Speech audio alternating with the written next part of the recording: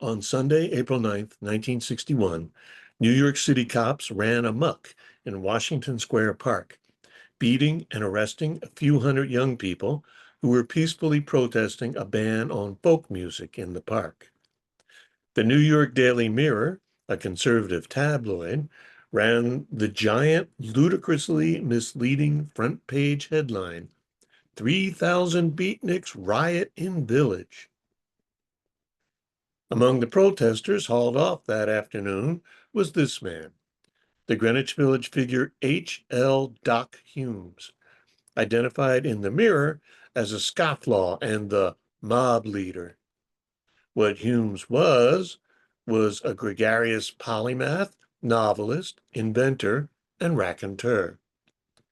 He was not a stranger to the cops in the park that day.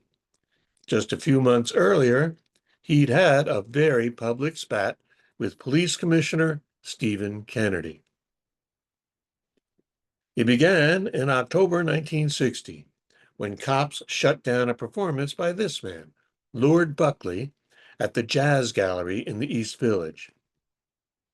Lord Buckley was a stately man with sleek gray hair and a pointy, Dolly-esque mustache, who often performed in a tux and orated in a plummy, faux British voice, seeming every bit the vaudeville and burlesque master of ceremonies he once was.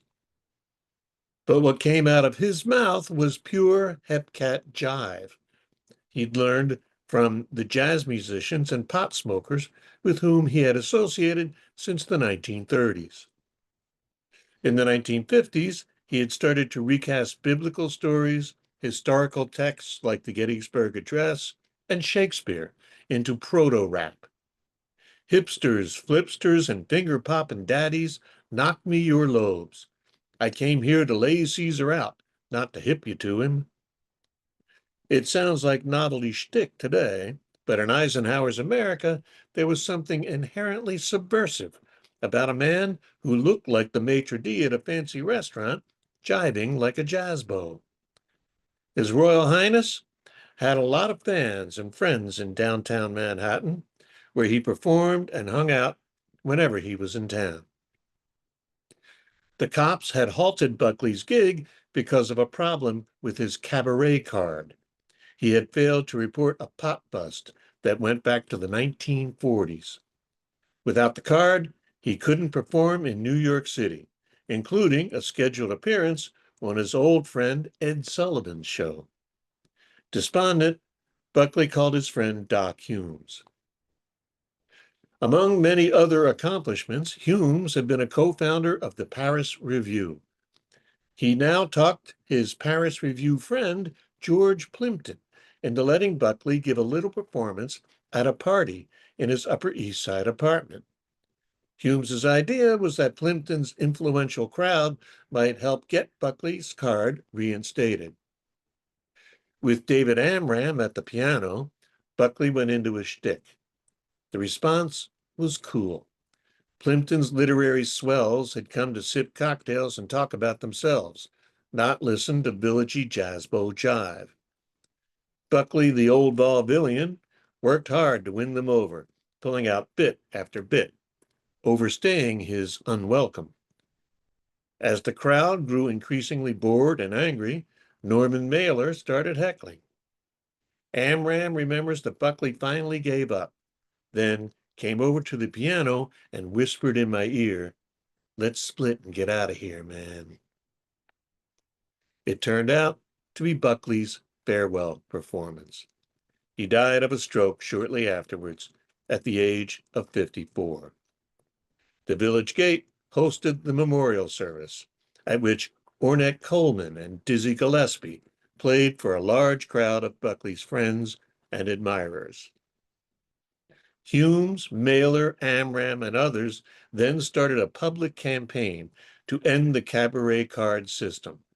Humes charged that police harassment had killed Buckley and claimed that if Buckley had only slipped the right cop $100, the whole thing would have been settled under the table. The enraged police commissioner, Kennedy, retaliated by tossing Humes in jail for unpaid parking tickets. and ordering up the biggest crackdown on cabarets and nightclubs in years, sending cops to more than 1,200 venues looking for non-card carrying workers. Kennedy was sacked for this overreaction, and though it took years, the cabaret card system was eventually abolished. Doc Humes went on to an illustriously eccentric career. He designed cheap housing made from old newspapers. He directed a film updating the Don Quixote story as Don Peyote. He was an LSD pioneer with Timothy Leary. He helped Norman Mailer run for mayor of New York City in 1969.